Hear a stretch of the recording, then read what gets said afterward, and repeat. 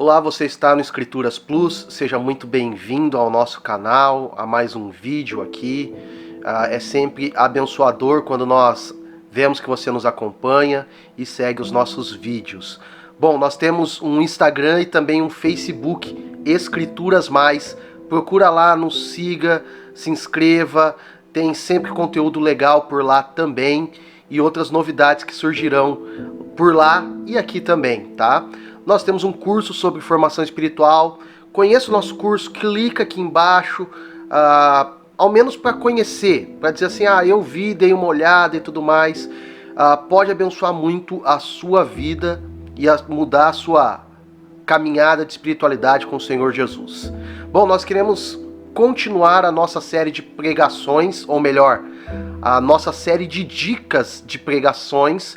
Essa vai ser a 7ª dica, o 7º vídeo sobre dicas de pregação.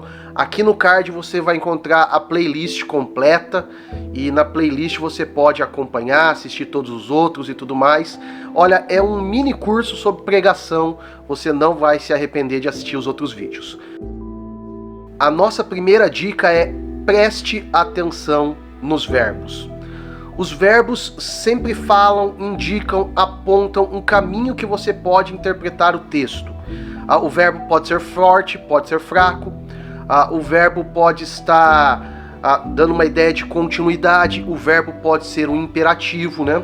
Então, toda vez que ele é um imperativo, é uma ordem. Então, se ele está no imperativo e é Deus falando, Deus está nos mandando exatamente fazer aquilo.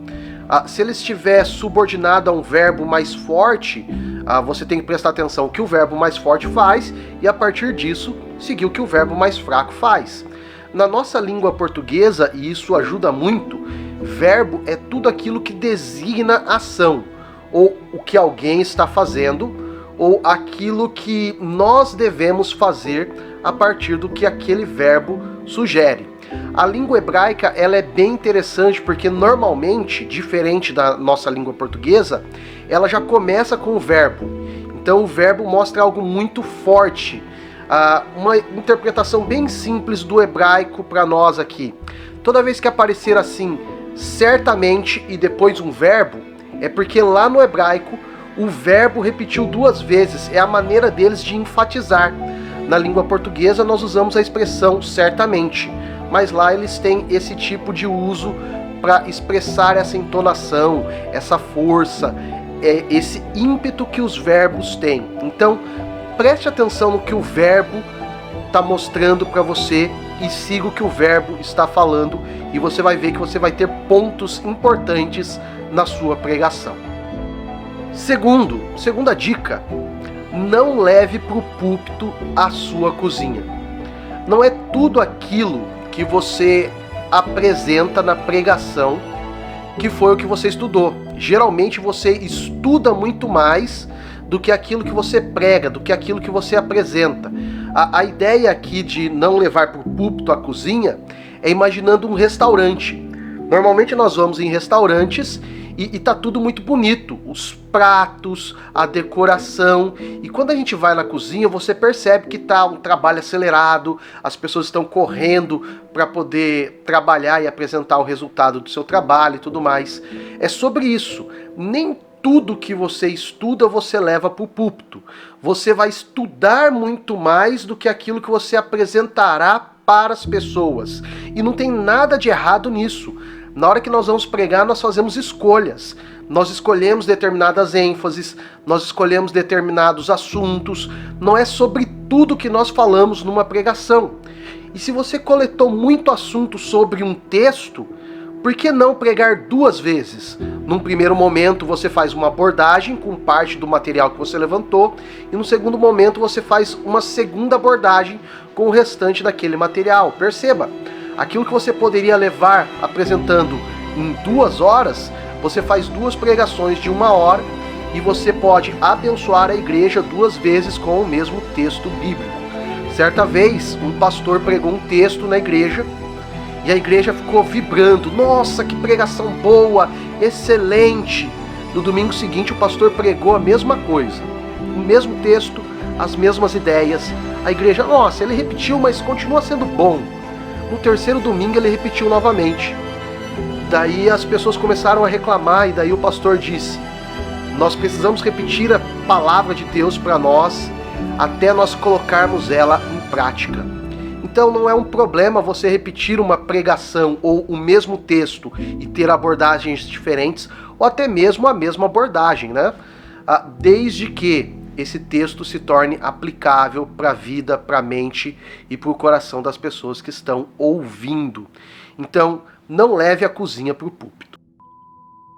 Terceiro lugar, tanto quanto for possível, conheça os idiomas originais da Bíblia. A Bíblia não foi escrita em língua portuguesa, é tradução aquilo que nós temos.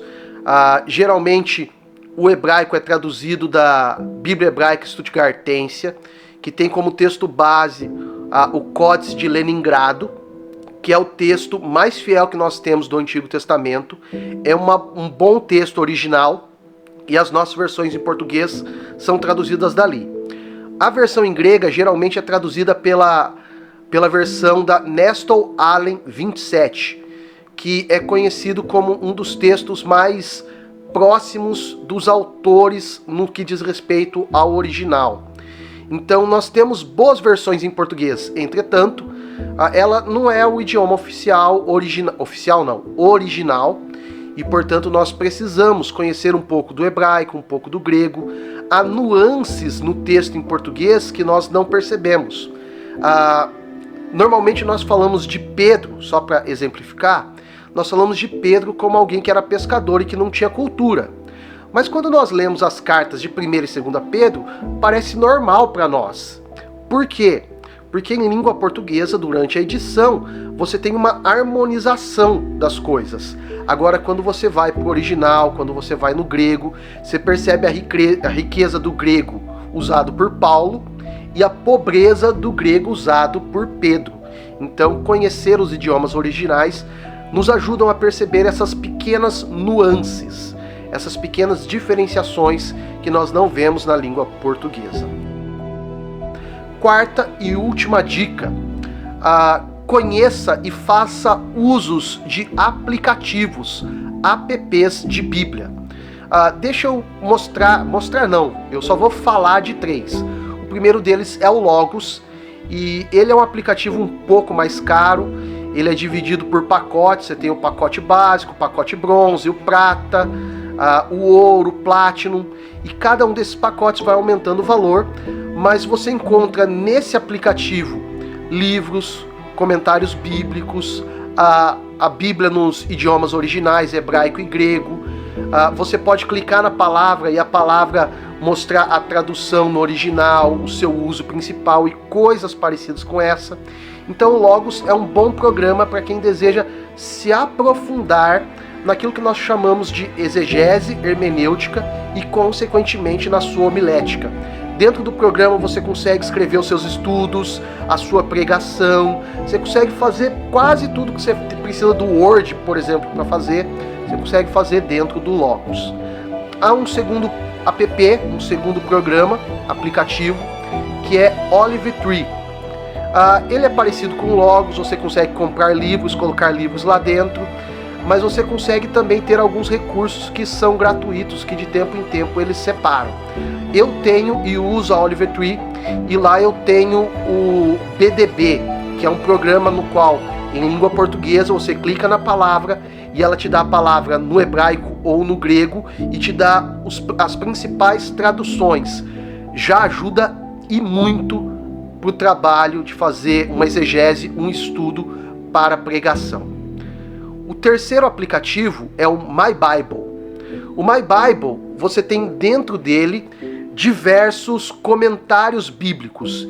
Então você tem o Champlin, você tem os comentários do Novo Testamento, você tem comentários de livros específicos, e eles também te ajudarão muito no seu estudo e no seu aprofundamento. Gente, conheça o nosso curso, mas também se inscreva no nosso canal, curta esse vídeo, compartilhe com alguém, compartilhe com o seu pastor que está estudando e preparando mensagens para levar para a igreja semana após semana. Conheça o nosso curso. Até o próximo vídeo, forte abraço e tchau, tchau.